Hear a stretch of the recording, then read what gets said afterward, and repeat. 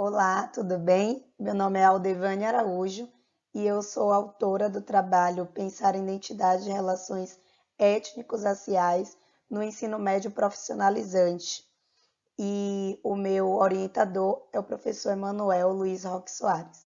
E aí, algumas inquietações desse trabalho que eu trago, por exemplo, na introdução, é que as narrativas que acompanham a história e as relações identitárias no Brasil ela já é de uma supremacia branca. Então, o que é considerado belo é atrelado a tudo, né, que é atribuído à branquitude, e o que é considerado como ruim, não tão belo, já é atrelado à questão da ideia da negritude. Isso para dizer o quê? Dentro do nosso currículo, podemos visualizar na atuação profissional a utilização também de autores e autoras que estão dentro de uma perspectiva eurocêntrica, de uma branquitude. Então, os assuntos que são trabalhados e narrados dentro das escolas, majoritariamente são de autores brancos, enquanto os autores e autoras negras são deixados de lado. Então, isso para mostrar a vocês o que é que inquieta, né, o desenvolvimento desse trabalho. E aí eu cito, né, que dentro da história, essas literaturas utilizadas, como Euclides da Cunha, Nina Rodrigues, entre outros, ele já traz essa perspectiva de inferiorização do negro. Isso potencializa, sim, um racismo e a ideia do branqueamento. Então, o trabalho surge assim. Então, o objetivo do trabalho é entender como as escolas de ensino técnico profissionalizante do estado da Bahia vêm trabalhando as questões identitárias no ensino-aprendizagem. Para isso, a gente focou em uma escola técnica, né, do Recôncavo Baiano, onde a gente consegue ter essa dimensão, né, de como é que vem sendo trabalhado. Essa pesquisa parte também do projeto de mestrado, do qual eu sou estudante, e a gente começa a trazer alguns pontos que a gente já conseguiu, né, destacar. Primeiro, a ideia de uma totalidade no ensino de história afro-brasileira e indígena que é trazida nesse currículo. O currículo profissionalizante, ele estabelece a Lei 11.645 como algo que tem uma flexibilização, opta por trabalhar em disciplinas eletivas, em alguns eventos ou projetos. O que é importante a gente destacar aqui é que o documento orientador da Rede Pública de Ensino da Secretaria de Educação do Estado da Bahia, do ano de 2020, orientou aos professores a esse tipo de trabalho, o que mostra que o ensino de história da África, né, ele não é algo que tem uma dimensão para todas as disciplinas e ele acaba ficando restrito dentro da educação profissional. Ora, pode-se trabalhar como uma disciplina eletiva, como um evento, ou seja, cadê a obrigatoriedade desse ensino? Como é que os outros professores conversam com esse ensino?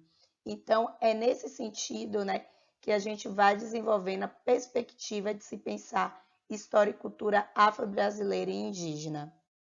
Assim como referencial teórico, a gente utiliza Francis Fanon, o livro Pele Negra, Máscaras Brancas, e Abdias do Nascimento, o livro Quilombismo. Além disso, utilizamos materiais de acesso público, entre outros, como os decretos, como algumas leis.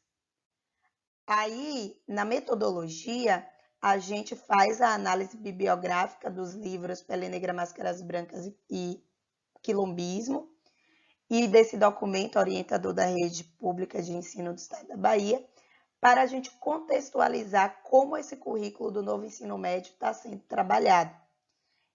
A gente pontua como a identidade e relações étnicos raciais estão sendo trabalhadas nas temáticas de história e cultura afro-brasileira, que no caso a gente sabe que não está efetivamente sendo trabalhada, o que acaba caindo na ideia folclórica, né, de trabalhar o tema apenas em datas específicas, como o 20 de novembro ou alguma outra data que marque algum contexto histórico.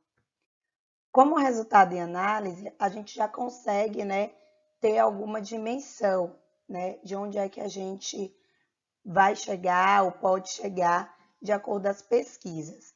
Então, primeiro a gente alerta que a educação em sua pluralidade ela deve ser sempre questionada na perspectiva de romper barreiras dos preconceitos que ainda interferem na formação afro-brasileira. Né? A gente precisa ter esse lugar para entender e destacar as questões éticos raciais, coisa que a gente não conseguiu identificar nesse currículo das escolas técnicas profissionalizantes. Além disso, a gente consegue identificar que não há uma representação de autores e autoras negras. Além disso, a gente questiona quem são os nossos representantes. Né? Que educação é essa que não conversa com o território, que não conversa com essa perspectiva do recôncavo? Isso é um dos exemplos. Identificamos também como a educação étnico-racial pode ser fundamental na construção de identidade dos estudantes. A gente pode sim potencializar a identidade dos estudantes a partir do momento que a gente traz esse currículo para essa dimensão, né, que seria o recôncavo. Mas isso, quando não é feito, a gente acaba caindo na reprodução eurocêntrica. Então, são alguns pontos que a gente trouxe. A gente acredita que a educação antirracista ela deve ser promovida sim no ensino-aprendizagem. Além disso, a gente tem que considerar o território das escolas, a cultura, a história do povo negro, ainda mais que eu estou falando de uma região que é majoritariamente negra, né, que é o estado da Bahia. Então, a gente acredita que potencialize, né, a identidade e as relações étnicas raciais para alunos e alunas se enxergarem como pertencentes a esse espaço educacional. É aquela ideia do fazer parte, e não uma educação profissional que ela é implementada a partir de uma ideia tecnicista que não leva em consideração os temas como identidade, raça, gênero, classe, etnia. Tudo isso a gente traz para ser refletido, né, dentro desse trabalho pedagógico. O trabalho com autores e autoras negras ele se faz urgente. O lugar de negros e negras deve ser garantido na imensidão teórica que, enquanto educadores e educadoras, precisamos trabalhar. Agradeço a atenção de todos e todas.